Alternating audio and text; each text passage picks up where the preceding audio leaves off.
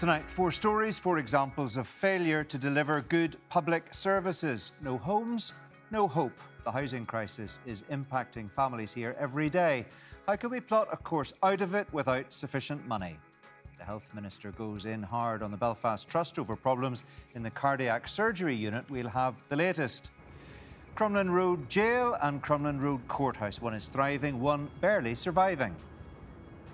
Ireland knows about Crumlin Road Jail and Crumlin Road Courthouse, and it is such an integral part of our history that this is like no other. Allowing the buildings to flourish as the jail is doing. I think that vision needed to be across the board with both of these buildings. To sever them was just, I think, a really erroneous move. And Casement Park, the road has been long, but are we maybe entering the home straight?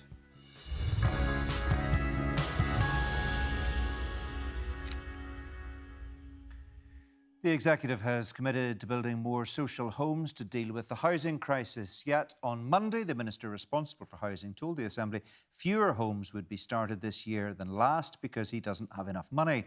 We did ask Gordon Lyons to join us on the programme tonight, but he declined. We can look at the challenges involved in tackling this generational problem, however, with Conor Mulligan from Build NI, Nicola McCrudden from Homeless Connect and Seamus Leheny from the Northern Ireland Federation of Housing Associations. Welcome to all of you, and thanks very much indeed for joining us on the programme tonight. Seamus Leheny, first of all, the programme for government includes a target of 5,850 new social homes by 2027, which would mean more than 2,000 new starts each year. Now, officials are warning that's unlikely to be met, and I wonder where you think that leaves us.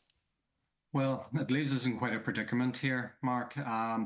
The programme for government, obviously 2,000 a year for those next 3 years. Over the next 15 years, we have to deliver 100,000 new houses in total across Northern Ireland, and a third of those have to be social homes. So that equates to about 2,200 social homes a year. So currently, the money that we're looking at, the allocation, that's going to build half of where we need to be building this year. So we're going to be looking at the 2 monitoring rounds really this year, but it's no way to do this. There's no way to deliver planning when you get into the midpoint of a financial year looking to see can you get extra money to build those houses.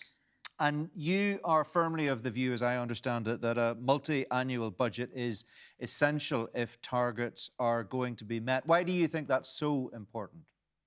Well, I'm here in Dublin here tonight. There's an international social housing conference here happening in Dublin. I've been speaking to people from right across the UK, Ireland and Europe.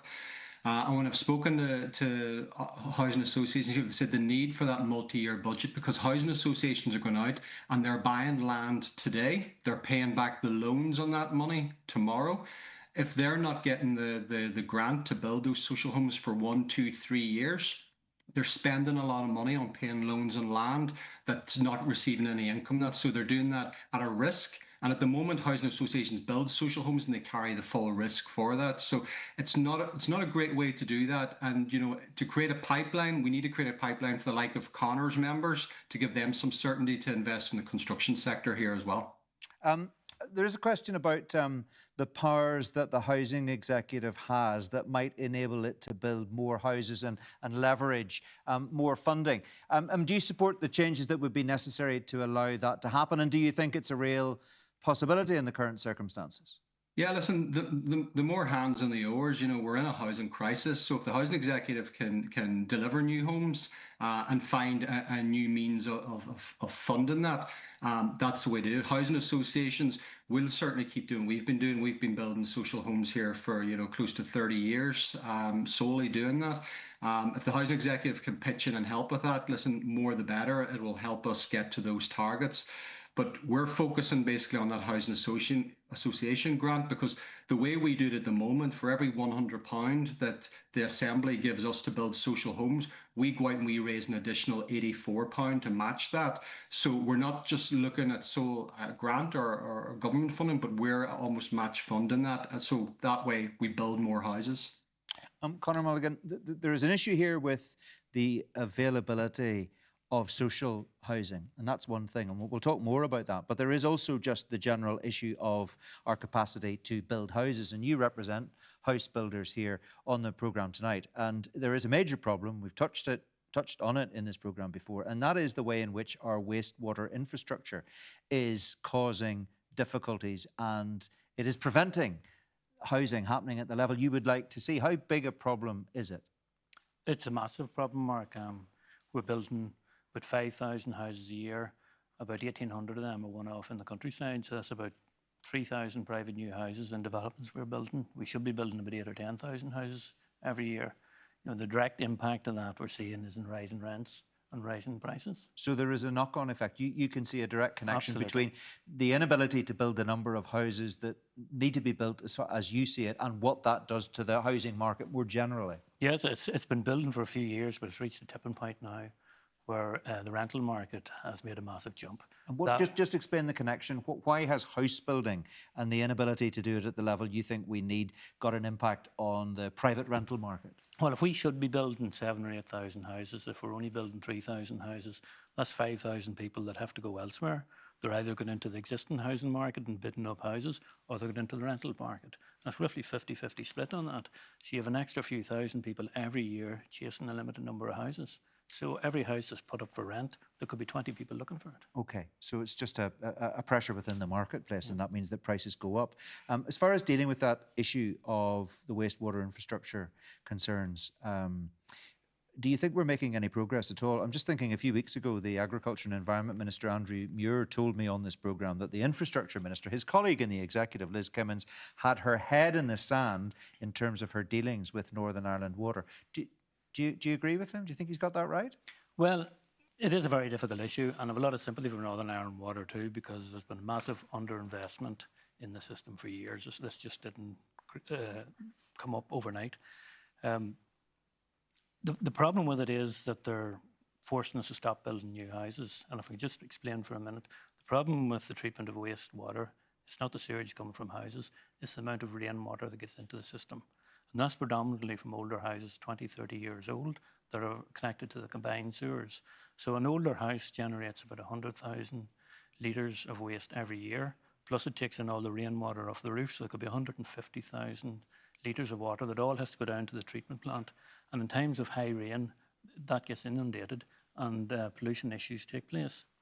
If you look at a new house with low flow appliances, and the fact that we separate the rainwater totally out of the system and deal with that under suds, where it's released at a very slow rate into the streams, you've about 28,000 litres of waste generated per year. So we can build 5 new houses on the same footprint, same wastewater footprint of one existing house. So new house building is part of the solution, not part of the problem. And we really need to be building more new houses and moving more people from old, inefficient houses into new, sustainable houses as quickly as we can. Okay, that's a very interesting point that you make. We'll maybe develop it a little more in a moment or two, but I want to bring in Nicola McCrudden now, because you are acutely aware of the difficulties that all of these pressures cause in terms of homelessness. I mean, the bottom line seems to be, as the standoff continues and we're not able to build the number of houses that we should be building, that puts an increased demand on the services that you provide and try to point people towards. How big is that pressure at the moment? It's huge. Seamus said we're in the midst of a housing crisis, but we're in the midst of a homelessness crisis as well, Seamus.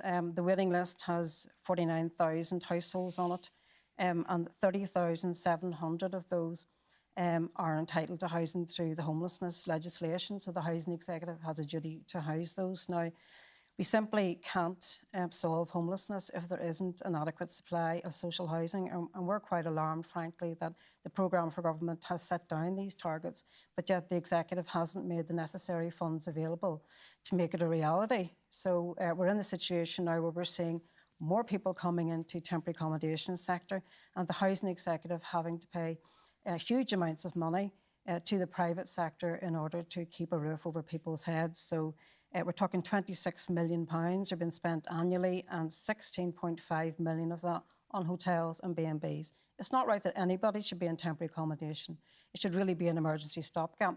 But we're seeing more people having to go into B&Bs and hotels, which just it's not appropriate, and we do need to be looking at more innovative solutions to get our housing supply off the ground. It is also a bad use of resources. I mean, you could say it's a waste of money, because nobody really benefits from that situation whatsoever. No.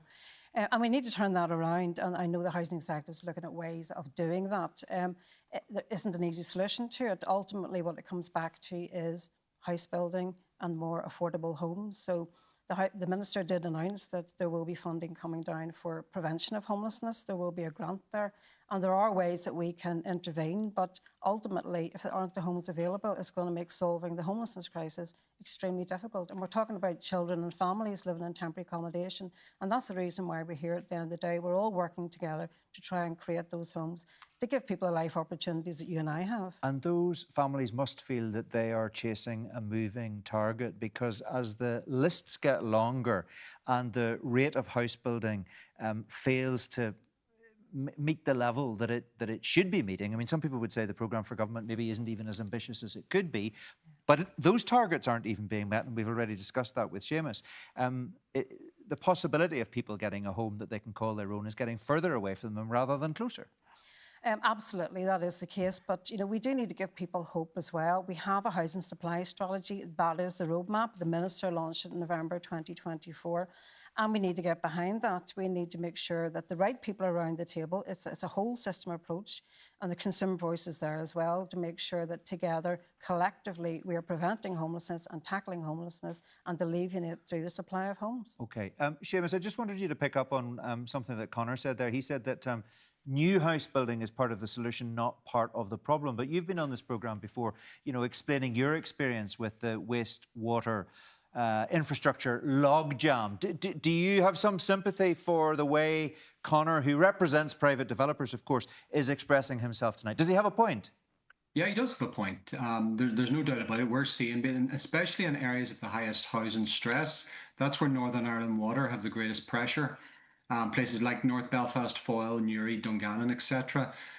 So there needs to be strategic investment. I think we really need to see Department for Infrastructure and the Department for Communities with the respective ministers sitting down and focusing, basically, let's focus the investment of Northern Ireland Water in the wastewater system to where the greatest need is for housing.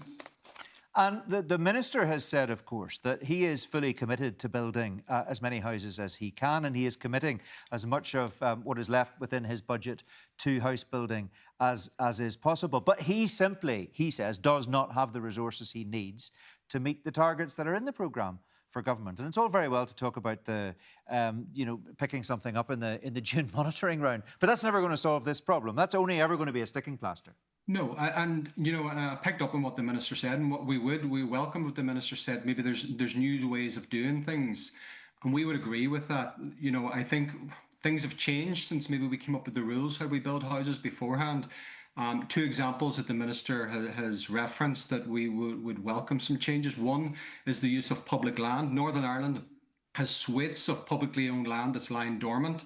I've spoken to the Land Development Agency in Dublin here today, who will go out.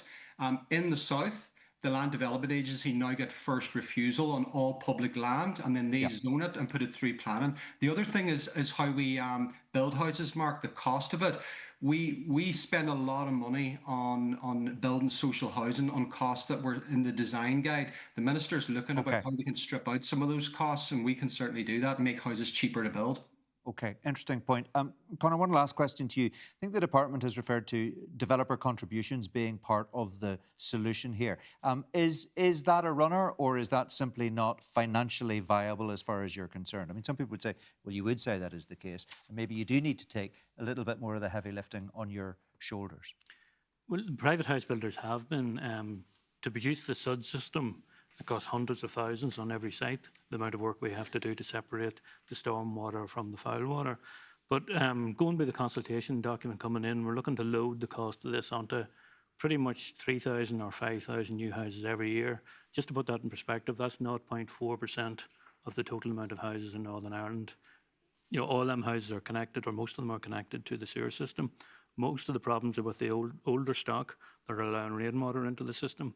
So to burden that onto 0.4% of new, predominantly first-time buyers every year, maybe 15,000, 20,000, is just unsustainable. So are water rates the answer rather than developer contributions? Well, there's issues, obviously political issues. I'm not a politician. Certainly are. But maybe a little bit onto the rates. It's already means tested for people.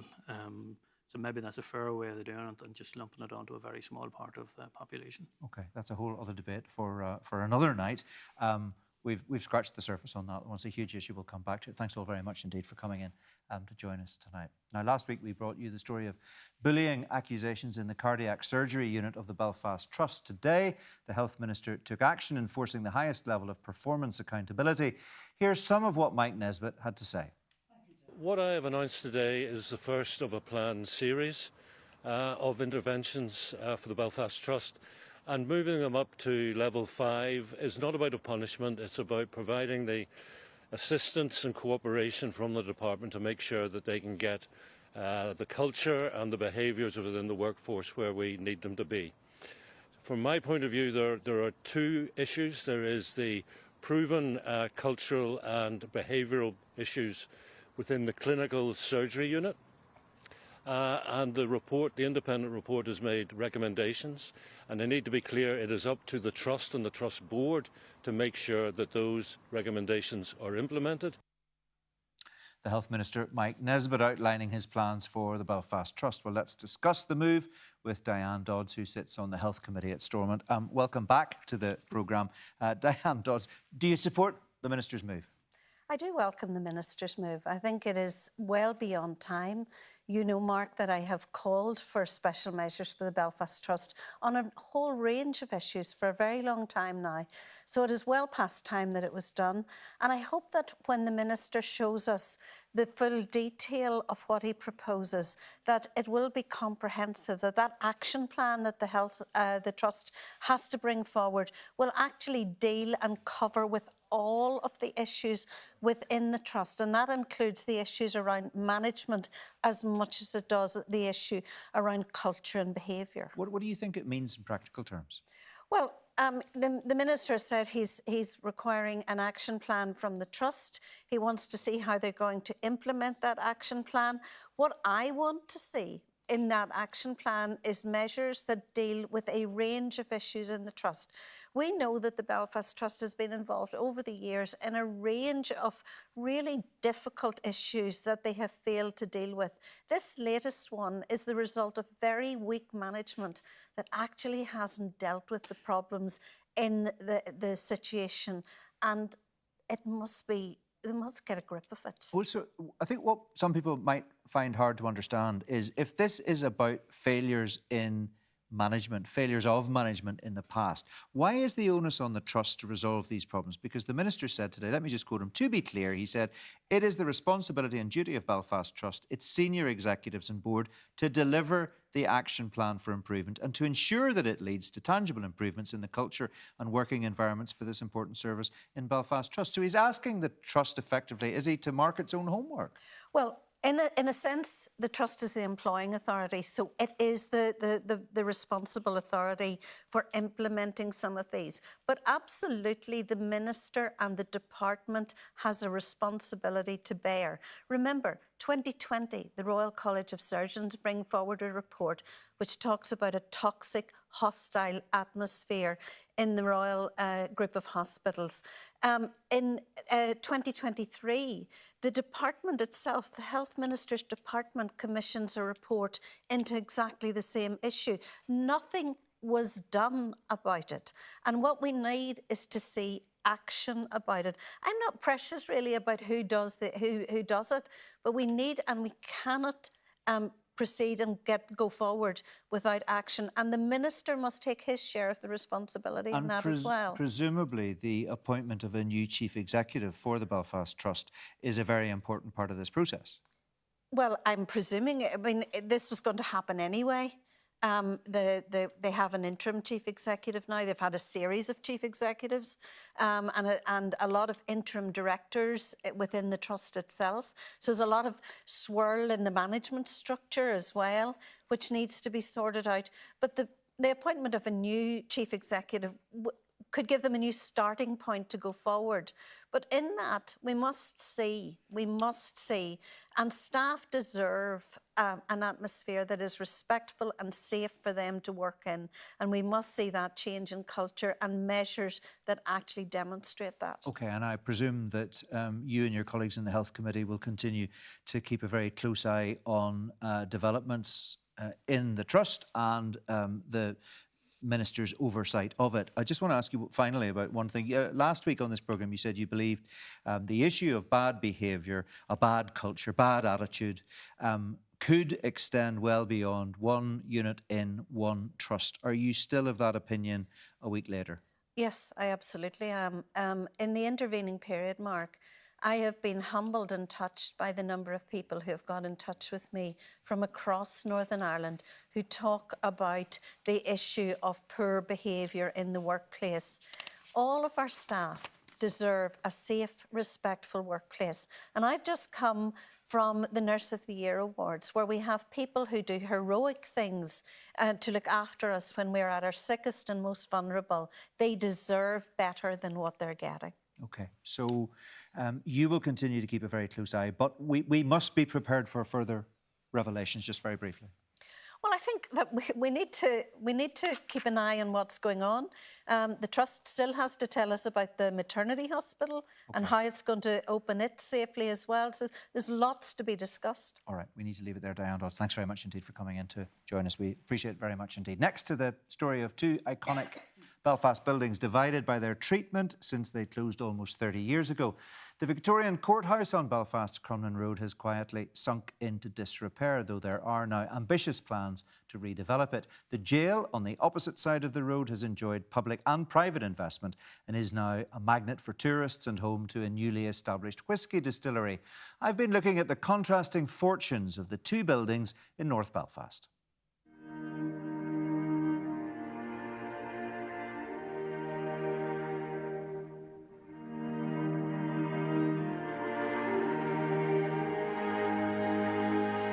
The jail stole a march on the courthouse years ago. We'll hear about the implications of that later, but Michael Liggett can tell us as much about the past as the future. He's a local historian who knows the building from the inside, in more ways than one. Well, the history of Belfast is encapsulated in the walls of this jail. The whole story of the jail is all about working class Belfast. The majority of people who were in here throughout all of those decades would have been working class people whose histories are never ever told in the history books. So it's very important that you can actually come in and walk about here. And while it's been redeveloped, it hasn't been really redeveloped in the interest of the people who live in and around these areas, the stories that this jail belongs to. It's for others to come once again and look at a Disney-fied version of the jail, whereas when we were doing tours in this place, it was like this. Ordinary people were really curious because this was a secret building. The things that happened in here were secret, but it was secrets about their families. So lots of our tours were not about tourism. Our tours were about local people coming in, finding out different bits. I wonder what it feels like for you coming back into the building, because when you were a young man, you actually spent time here. This was home for you for a period of your life. When you were 17, you were arrested and you were charged with involvement in an ambush on an RUC patrol in West Belfast. So you were here on remand. Yeah, because it's now silent. It's just like a tomb. And it echoes. When we were here as young people, it was full of noise, it was a huge community of its own. So it was quite different from what it is now, obviously. And of course, famously, there's the tunnel that links the jail here to the courthouse on the other side of the Crumlin Road. And I just went down for a wander along it a moment or two ago, and it's pretty intact. It feels like it's a piece of Victorian architecture, doesn't it? Yeah, well, it does have the dampness still running down the walls. It had all of that back then, and you were still handcuffed to people back and forth across that tunnel. Yeah. It's still a gloomy, horrible feeling to it all. You can smell it in the air, and you can still smell that in the air, yeah.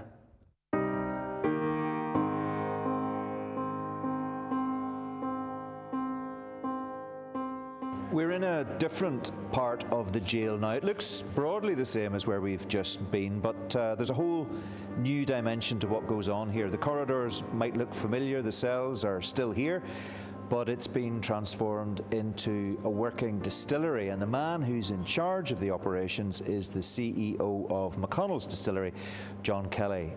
It is, John, I mean, it's a working environment, there's lots going on around us. How did you end up with a distillery in a jail? Well, we thought this would be a fantastic idea. You know, the Crumlin Road jail closed in 1996. A-Wing here lay derelict for many, many years, and we saw the opportunity of bringing, you know, the McConnell's story dating back to 1776, bringing that story into a wonderful history, heritage listed building like A-Wing and Crumlin Road jail. Belfast as a city once produced more Irish whiskey than even Dublin. We resurrected that brand back in 2020. We've launched the brand to 45 markets. But what we really wanted to do was to create a home for McConnell's and recreate that brilliance that McConnell's once had. So for us, it's really three parts of the business. It's the brand, it's the distillery, and it's a wonderful tourist attraction. There must have been huge challenges turning a wing of a jail into a distillery. Yes. I mean, it's a heritage listed building.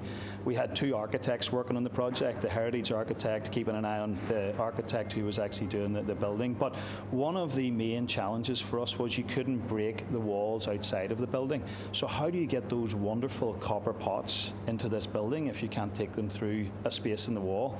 The answer was to take them through the skylight. So one fine day we lowered the copper pots, lowered the fermentation tanks into this space. And we had about that much room on each side of the floor, which had to be protected in order to lower the equipment through. So millimetres? It was millimetres. It was an engineering feat of brilliance. A fantastic day for us at McConnell's. So there was obviously a big vision involved, and you'd some deep-pocketed Americans involved in terms of the finances as well. What about support from politicians and departments here in Northern Ireland? Did you get the kind of backing that you felt you deserved a couple of years ago when you were putting the business plan together? Yes, I mean, this is a great example of public-private partnership. You know, this building is actually owned by the Department for Infrastructure. We have a 125-year lease on the building.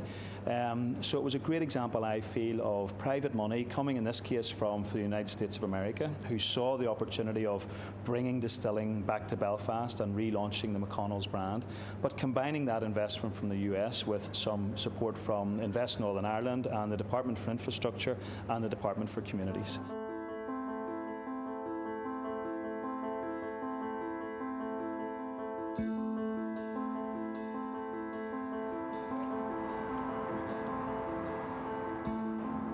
We've come across the Crumlin Road now from the jail to the courthouse, and the contrast is impossible to miss. The jail has been restored, maintained, it's a tourism hub, and it has a unique story to tell. On this side of the road, over 20 years of neglect tells a very different story. This place is falling down, to be frank about it. What's left of it, that is, you can still make out the facade of the courthouse, but almost everything else has gone. Most of it is a demolition site, but there is a plan.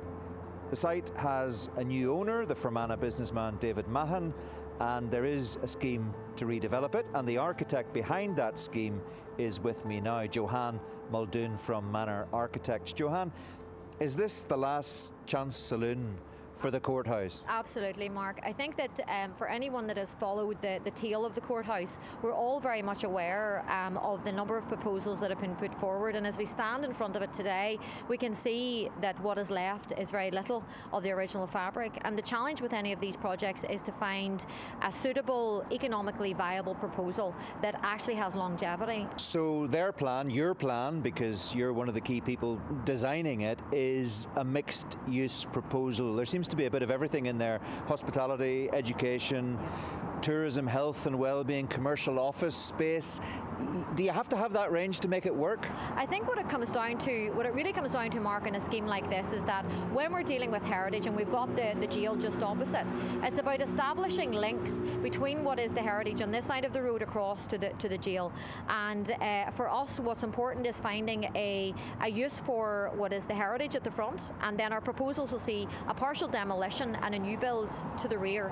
And the aim of that, and why we have those proposed uses, is to balance what we've got in terms of heritage offering, in terms of a tourism offering as well, against the commercial viability and the sustainability of it all. So this amazing Lanyon designed facade will stay? Yes, it will stay. But very little else will stay? Well, no, that's not true. Actually, quite a lot will stay. We're going to recreate one of the courtrooms. We will also reinstate what is left of the three main spaces at the front, which are the two courtrooms, the tunnel that links to the jail, as well as the main circulation space as we go in. And then any of the new build elements will be very much recognisable as new, and the old will be very much recognisable as old. And through that marriage, then what we hope to have will be an economically sustainable project. Rita, the contrast, first of all, between the jail and the courthouse is really striking, isn't it? Yes, it's quite stark, as you say, cheek by jowl. This building, which is coming to life, has been restored beautifully and is owned by government, and then the building across the street, which by the same architect, the same hand, Charles Lanyon, one of the most preeminent Victorian architects in the city, which is basically a carcass. And Grade A building, one of the most important buildings in the city, and certainly the highest profile building at risk across Northern Ireland, I would say. Public money then for you is the big difference. There was an investment here by government into the jail, and there was no similar investment, well, certainly up to now, in the courthouse. It's about money, yes, but it's about affording the building significance and understanding the importance of these buildings to the identity of the city. And I think it's that recognition of the public benefit that these buildings can bring. So, the finance is one thing, retention of control and allowing the buildings to flourish as the jail is doing. I think that vision needed to be across the board with both of these buildings. To sever them was just, I think, a really erroneous move. So what about that process of consultation? Now that's about to begin. I think it happens in a few weeks' time. Yes. How important is that? How much do you really genuinely want to listen to what people who live in the streets around this think about what its future should look like? I think that when you engage with a project like this, the community, and this is a legacy project. This project is not like any other heritage project that we think about or that we've delivered, in the sense that everyone in Northern Ireland knows about Crumlin Road Jail and Crumlin Road Courthouse, and it is such an integral part of our history that this is like no other. What if local people tell you what they want is housing and shops? Well, that's probably true, and we do need shops and we do need housing, but that might not be on this site. This site is not really going to be appropriate for that for a myriad of reasons, and the balance that must always be struck with heritage, which is always the challenge, is finding an economically viable solution that offers the longevity and the sustainability that sometimes our heritage lacks, and that's really going to be the balance that we must strike here. I come from a community of people who actually believe that local history is important. Understand where you come from is important, about your family is important. And for many people around here, even regardless of whether those were for things to do with politics, the majority of families were touched by the prison. I know that most history is told from somebody else's perspective, and I think that local history is told from our perspective, a working class perspective, and it's hidden, and it shouldn't be hidden. It should be try to understand why these things happened. Well, I think at this point we have to be able to use these buildings to tell our stories, and that's a reflection of a city and a place that has grown in confidence to be able to look honestly at our past, and to use that to move through and to move forward. I think that's shutting the door closed is not a healthy way to grow as a society.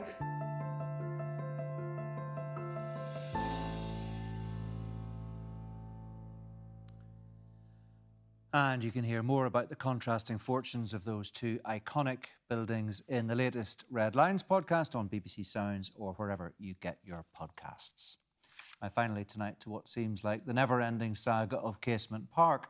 Ulster GAA hopes that next week will bring a significant announcement of funding from the Chancellor when she delivers her spending review. Yesterday at Westminster, the sporting body managed some last-minute lobbying, and Darren Marshall was there for the view. The London hurlers pulled off a rare victory to lift the silverware in Croke Park at the weekend. Yesterday, it was an away fixture for the GAA, as it sent its best team to London in the hope of securing additional funds for Casement Park.